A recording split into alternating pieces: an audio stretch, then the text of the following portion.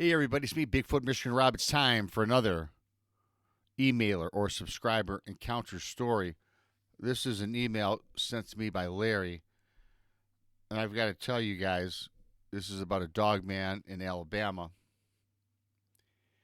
This story is going to be a minute. It's incredible. It's mysterious. And perhaps mysterious is not the words that I'm searching for. It's kind of tragic. And again, it goes back to cover ups, and it goes back to these agencies, these departments. They want to keep us in the dark. If we were not kept in the dark, this uneventful encounter might have turned out differently. So I'm going to get on with it. Again, it's going to be a minute. Thanks to everybody for subscribing to Bigfoot to Michigan Rob. I love and appreciate each and every single one of you that comes in and listens or watches. I appreciate you ever so much. Smells, scratching, thud, thud, heavy breathing, wolf-like fangs and claws. Then I awoke. What a nightmare, I had thought to myself. I quickly got out of bed and put on a fresh pot of coffee. It was 5 in the morning on a Saturday. I realized I got up a good hour before the alarm went off. But that dream spooked me. I laughed it off and went to the front porch to get my paper. That does sound funny, doesn't it? The paper. The year was 1997, when print was still a main source for getting the news, not like today's sensationalism and false narratives of the left and the right. I missed those days. I was 29 back then, some 26 years ago. How time flies. When I approached my front door, I thought to myself, it was particularly odd that during my dream, I had the sense of smell. In fact, that smell grew stronger while I made my approach. Sure enough, on my front porch lay the dead carcass of a hog.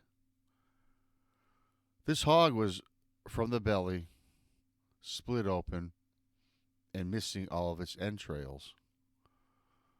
There was no blood, no guts, or gore left on my porch, just an emptied, dead hog carcass. In fact, it was totally dry. I went to investigate around my porch and front yard, and I found the muddied tracks of what appeared to be a massive dog. The tracks were suspicious, with only 3 digits, not 4, extending from what appeared to be a canine footpad. There were a few scratch marks on my wooden front porch, deeply ground into the wood. Whatever this was heavy, and the tracks were strangely bipedal. I live in the state of Alabama, which had a population of red wolves that are now protected as they were extricated in the 1920s and are extremely rare for these parts. So these tracks mystified me. What really spooked me besides these bipedal tracks was the dead carcass. I even wonder why the smell was so bad. The entire body was almost entirely dry, with an odor from the external coverings of its body. I could not find a source for the stench, unless the entrails were devoured within minutes of my discovering this oddity. The body still remained a mystery, with the dehydrated lack of any fluids. I called my friend Brody, who served as a DNR agent, and asked him if he could come over and help me with the current situation. Immediately after my explanation of the events, he immediately rushed over to my home. Brody arrived a little past 8 in the morning. He was already investigating around my property before I could even greet him with a fresh cup of coffee. He was taking pictures all about the property, walking out to the edge of my tree line, circling my house. Then his phone rang. He had approximately a 10-minute conversation before he finally acknowledged me and motioned me inside my home, where I poured him a coffee and sat down to speak. Brody was a bit nervous and tepid, almost searching for words. I had to remind him that we had been friends for over 20 years and told him to get on with it. Whatever you have to say can't be that bad. Spit it out, Brody, I proclaimed. Hastily, Brady proceeded to talk. Larry. The emailer's name is Larry. Brody spoke out to me. Well, you have a situation. I do believe. I, being Larry, live in Tuskegee, Alabama. Brody works for the Tuskegee National Forest, which backs up to my home. What my friend was about to tell me put my head in a tailspin. I stopped him and asked, "Are you joking? This is not funny at all." Brody assured me that he was very serious and just to listen to what he had to say. I poured us another coffee and sat back and I listened. Brody went on to ask me what I knew about cryptids, more specifically Dogman. Dogman, I replied. No, not at all. I even asked what a cryptid was, as I was not sure. Although the word itself to me sounded creepy, he went on about how Bigfoot was classified as a cryptid. I then asked, so this is the work of Bigfoot? Still not quite sure what he really had meant. Brody explained further what he thinks that killed the hog and left it on my front porch was this dog-like, upright creature. Not quite dog nor wolf, but something that walked upright on its hind legs and has been known to roam the forests of North America. My head was spinning, and I asked if I was in danger, and Brody explained that he was not quite sure. He admitted that this sounded crazy and that this phenomena is something that he himself had just been clued in about by a supervisor at work who brought it up to him one day in the field while investigating some unknown animal tracks in the Tuskegee. It was to be kept under wraps at work while the investigation went on. He also told me that some higher-ranking government officials paid a visit to the office several months ago. The officials entered the office, spoke with his supervisor, when he was then made aware of their new project. This project was to go looking for these creatures and try and get a picture, capture, or kill one for study. Again, it was to be held in the strictest of confidence, and not to ever be made public or spoken to anybody outside of the office. What a crazy mystery, and frankly unbelievable. A fabrication that I just could not believe. It sounded ridiculous. An upright, dog-like creature roaming the forests. And to be in my very own backyard at that. Brody then calmly put his hand on my shoulder and told me to get my gear ready, as he was going to take me with him and hopefully show me exactly what he was talking about. Before leaving, Brody went out to his car and retrieved several pictures of what he was talking about and showed me. He said, "For your eyes only." There were several photos of what appeared to be a massive, dark-looking wolf-like dog peering in from the brush. It had a massive head and rather large-shaped eyes. Still, it was just a picture of a head with no body, and really, the photo could have been of anything. I had mentioned to him that the woods cast some strange shadows, and this proved nothing. pareidolia, perhaps. Brody showed me another set of pictures, but again, it was nothing that really stood out to me. Still not convinced of this Dogman being, Brody brought in a casting that he took several weeks ago. The cast was about 7 inches long by maybe 4 inches wide. My eyes grew wide as I took note of the 3 distinguishing looking digits in the paw pad. The cast was identical to what I found on my porch. Now, my heart started to flutter.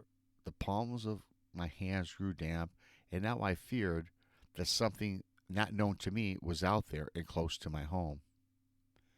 I told Brody, sign me up. Let's go find this thing.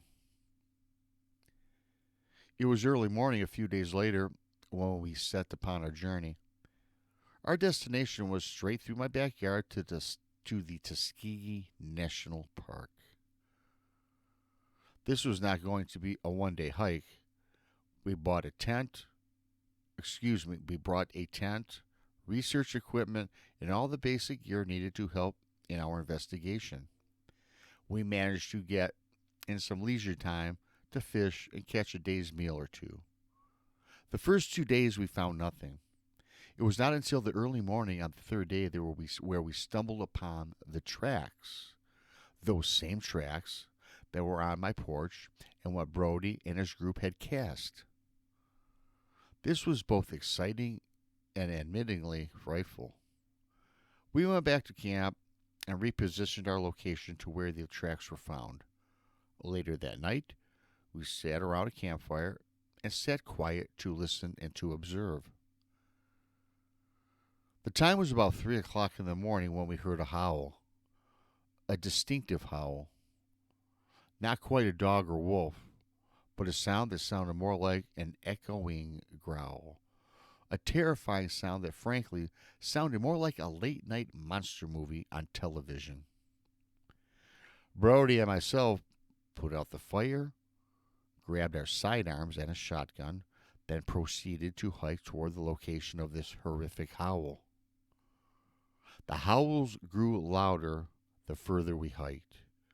We finally stopped and determined that we were within about 100 yards of these strange vocalizations. Then the howl stopped. The forest grew eerily silent, so silent that I could hear the fluttering breath from my friend Brody. We must have sat in silence for a half hour, but nothing. It was almost at daybreak, so we decided to get back to camp and get some rest. Disappointingly, at finding nothing except for the howls, we spoke with each other on our trek back to camp to plan our next method of action. Then, 50 yards from camp, the sun broke. We were looking down at the trail ahead of us, and these same tracks appeared.